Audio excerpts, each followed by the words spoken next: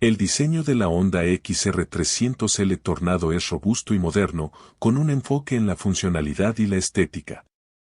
La moto presenta un faro frontal con luces LED, un tanque de combustible más grande de 13,8 litros, cachas laterales que lo cubren, un guardabarros delantero elevado, un nuevo silenciador más angosto, un asiento más plano y ancho, y un colín más puntiagudo.